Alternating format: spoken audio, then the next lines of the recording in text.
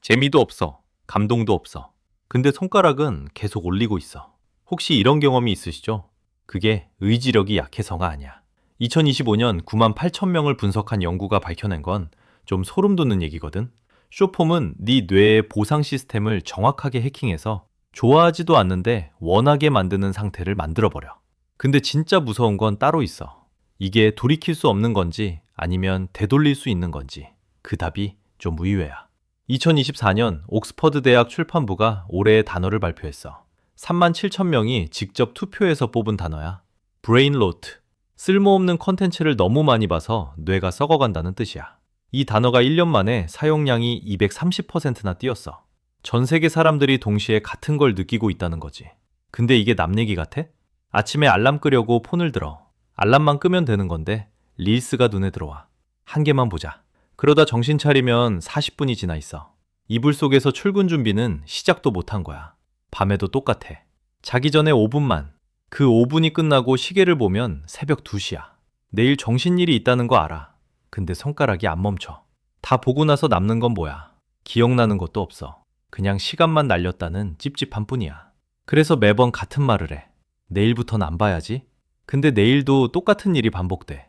이쯤 되면 다들 이렇게 생각하잖아. 나는 왜 이렇게 의지력이 없을까? 자기 탓을 하는 거야. 그래서 과학자들이 진짜로 확인해 봤어.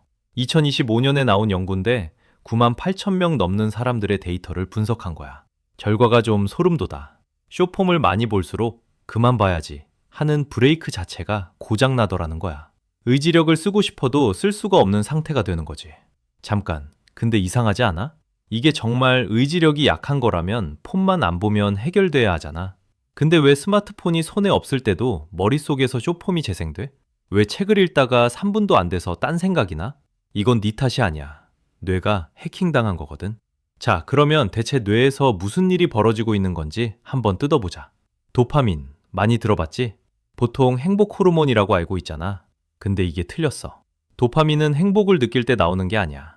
뭔가 좋은 게 올 것 같을 때 기대하는 바로 그 순간에 나오거든. 맛집 앞에서 줄 설 때, 택배 올 때, 문 앞에서 기다리는 그 두근거림. 그게 도파민이야. 그래서 이걸 기대감의 호르몬이라고 해. 이게 왜 중요하냐면 쇼폼 무한 스크롤이 정확히 이걸 겨냥하고 있거든. 슬롯머신 해본 적 없어도 원리는 알잖아. 레버 당기면 그림이 돌아가고 맞으면 당첨. 사람들이 거기에 돈을 쏟아붓는 이유가 뭘까? 매번 당첨되니까? 아니잖아. 이번엔 될 수도 있다는 그 불확실함 때문이야. 실제로 당첨될지 안 될지 반반일 때, 그러니까 확률이 딱 50%일 때 도파민이 가장 많이 나와. 쇼폼 피드가 정확히 이 구조야. 스크롤 올리면 다음에 뭐가 나올지 몰라. 재밌을 수도 있고 별로일 수도 있고. 이 뭐가 나올지 모른다는 불확실성이 네 뇌를 슬롯머신 앞에 앉힌 거야. 근데 여기서 진짜 소름 돋는 부분이 나와. 쇼폰 보다가 이런 경험 있어? 재미도 없고 감동도 없어. 근데 손가락은 계속 올리고 있어. 왜 보는 거지? 스스로 물어봐도 대답이 안 나와. 보고 싶어서 보는 게 아닌데 멈출 수가 없는 거야. 이게 왜 이러냐면 우리 뇌 안에는 원하는 것을 처리하는 회로하고 좋아하는 것을 처리하는 회로가 따로 있어.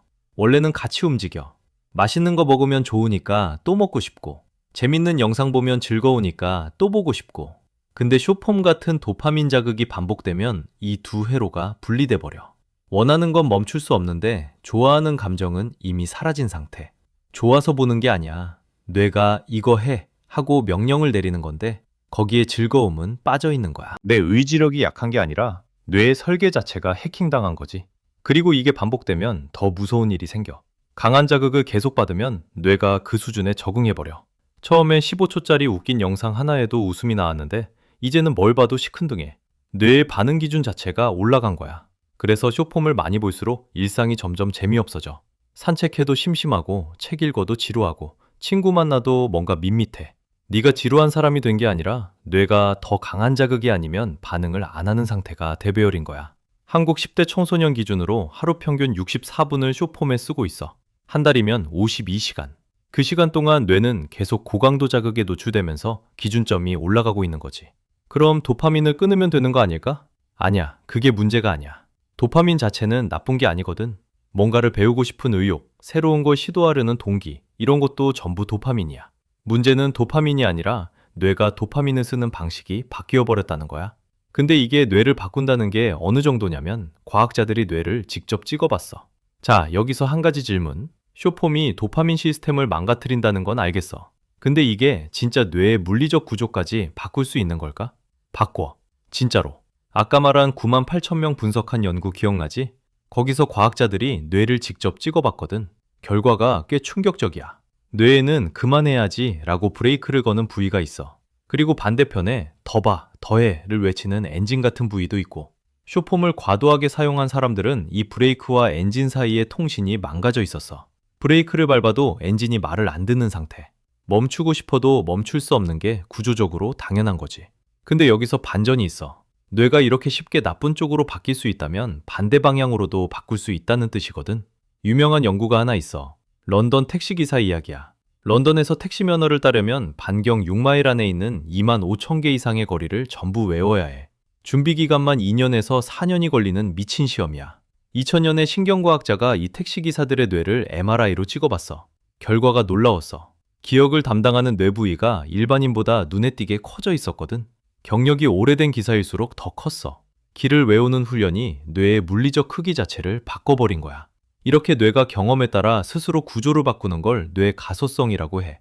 좋아, 이건 인상적이긴 한데 몇 년이 걸린 변화잖아. 근데 진짜 소름 돋는 건 따로 있어. 눈의 안대를 딱 몇 시간만 해봐.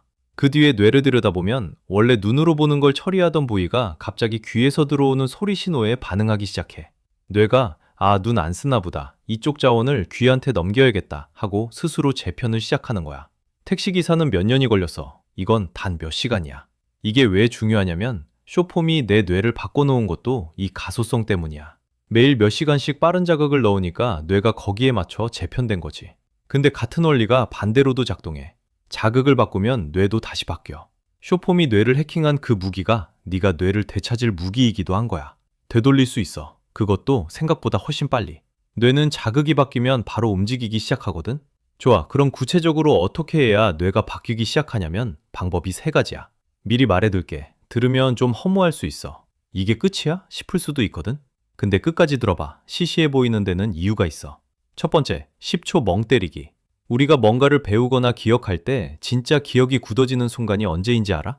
열심히 보는 그 순간이 아니야. 보고 나서 가만히 쉬는 그 몇 초 동안이야. 연구에서 발견한 건데 뭔가를 하고 나서 10초만 멍하니 있으면 뇌가 방금 한 걸 약 20배 빠른 속도로 다시 재생해. 빨리 감기처럼 쫙 돌려보는 거야. 이 리플레이 횟수가 많을수록 다음에 더 잘 기억했어. 근데 지금 우리는 뭘 하고 있어? 영상 하나 끝나면 바로 다음 영상. 뇌가 정리할 틈을 단 1초도 안 주는 거야. 그러니까 아무것도 안 남지. 쇼폼 하나 보고 나서 바로 넘기지 말고 10초만 멍하니 있어봐. 그 10초 동안 뇌가 알아서 정리를 시작해. 두 번째, 하루 5분 아무것도 안 하기. 앞에서 얘기했잖아. 강한 자극에 계속 노출되면 도파민 역치가 올라가서 일상이 재미없어진다고. 그 역치를 다시 낮추려면 뇌한테 아무 자극도 없는 시간을 줘야 해. 방법은 간단해. 하루에 5분, 폰도 내려놓고 음악도 끄고 그냥 가만히 앉아 있는 거야. 처음엔 진짜 불안해. 5분이 50분처럼 느껴질 거야. 폰 만지고 싶고 뭐라도 하고 싶어. 근데 그 불안함 자체가 네 도파민 역치가 얼마나 높아져 있는지를 보여주는 거야. 3일만 버텨봐. 그때부터 뭔가 달라져. 산책이 좀 좋아지고 밥 먹는 게 맛있어지고 친구 얘기가 재밌어져. 뇌가 작은 자극에도 다시 반응하기 시작했다는 뜻이야. 세 번째, 본 것 떠올리기. 실험 하나 소개할게. 같은 내용을 4번 읽은 그룹이랑 1번 읽고 3번 떠올린 그룹을 비교했어. 당장 시험 보면 4번 읽은 쪽이 이겨. 근데 일주일 뒤에 다시 시험 보면 떠올린 그룹이 61%, 읽기만 한 그룹은 40%. 같은 시간을 썼는데 꺼내본 쪽이 1.5배 더 기억하는 거야. 기억이 진짜 굳어지려면 넣는 게 아니라 꺼내는 연습이 필요해. 그리고 왜 이게 효과적이냐면 기억이 가물가물할 때 억지로 끄집어내잖아. 그 순간 뇌가 내 예측이 틀렸네? 하면서 그 기억을 더 단단하게 새겨. 예측이 빗나가는 바로 그 순간에 뇌가 가장 강하게 반응하거든. 그러니까 쇼폼을 봤으면 폰을 내려놓고 방금 뭐 봤지? 하고 한 번만 떠올려봐. 그것만으로도 그냥 스크롤하는 거랑은 완전히 다른 일이 뇌 안에서 벌어져. 이 세 가지, 10초 멍 때리기, 5분 가만히 있기, 본 거 떠올리기. 솔직히 되게 시시하게 들리지? 근데 뇌 입장에선 완전 달라. 첫 번째는 기억을 고정시키는 리플레이 시간을 주는 거고, 두 번째는 망가진 도파민 역치를 원래대로 되돌리는 거고, 세 번째는 기억을 꺼내는 회로 자체를 다시 살리는 거야. 전부 다른 메커니즘으로 뇌를 되돌리는 거지. 3일만 해봐. 그 이후에 뭔가 달라진다면 그게 네 뇌가 기억하는 방식이 바뀌기 시작했다는 신호야. 쇼폼을 못 끊는 건 네가 게을러서가 아니야. 뇌가 설계된 대로 움직이고 있었던 거야. 그러니까 자기 탓 좀 그만해. 근데 다행인 게 있어. 그 뇌 3일이면 다시 바꿀 수 있어. 오늘 밤 딱 하나만 해봐. 자기 전에 폰 내려놓고 10초만 멍 때려봐. 아무 생각 없이. 그 10초가 네 뇌한테 보내는 첫 번째 신호야. 이제 다르게 작동해도 돼. 라는. 혹시 이 영상 보면서 떠오른 사람 있어? 맨날 릴스 보다가 자괴감 느끼는 친구. 걔한테 그냥 공유해줘. 의지력 문제 아니래. 라는 말 한마디가 생각보다 큰 힘이 되거든. 네 뇌는 지금 이 순간에도 바뀌고 있어. 어느 쪽으로 바뀔지는 오늘 밤 네가 정해.